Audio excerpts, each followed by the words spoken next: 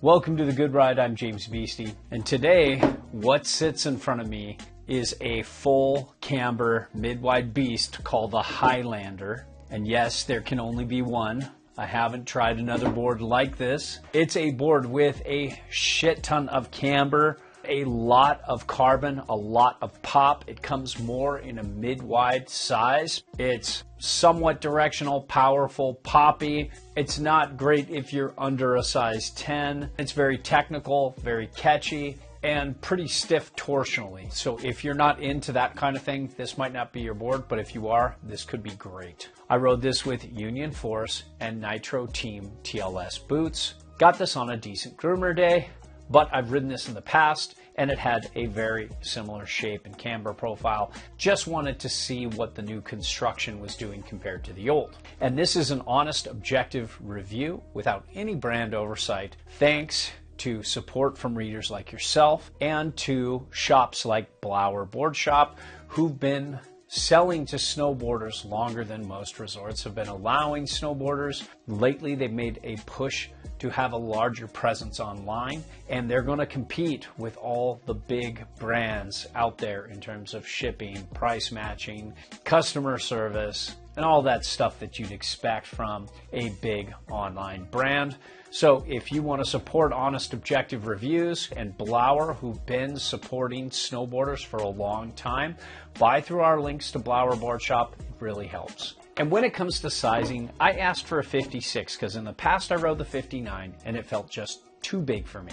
This is the case again, and even more so with this stiffer, more aggressive construction. I was going to pass it off to Davey, but he's a little too big for it. But if I was a 10.5 or even an 11, I think I would love this board. So when it comes to shape, this is tapered and directional, but it has only 1 millimeter of taper. So it's pretty much a directional board with a much longer nose than tail. It has a 15 millimeter setback on side cut.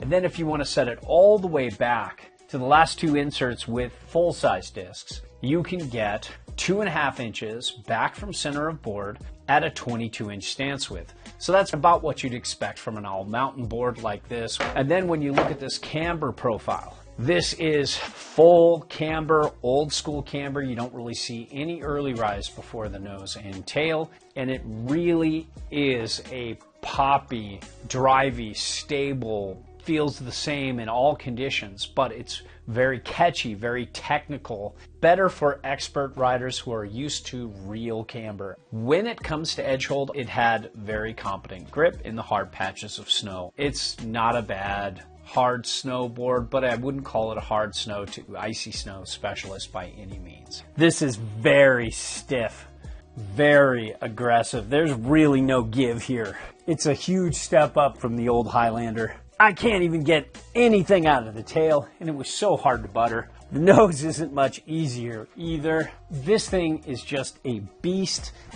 While it has lots of dynamic flex, it's very hard to access this. You have to be a strong rider to engage it, and there is not much give torsionally either. So many boards have so much more twist to it. With all this carbon, I really thought this would be overly sensitive to uneven micro bumpy snow or bottoming out, but it did so much better than I thought it would for what it is. But I noticed looking at the specs, they have anti-phase, which is something I've seen in amplid boards. And amplid boards just do so well in all kinds of uneven snow.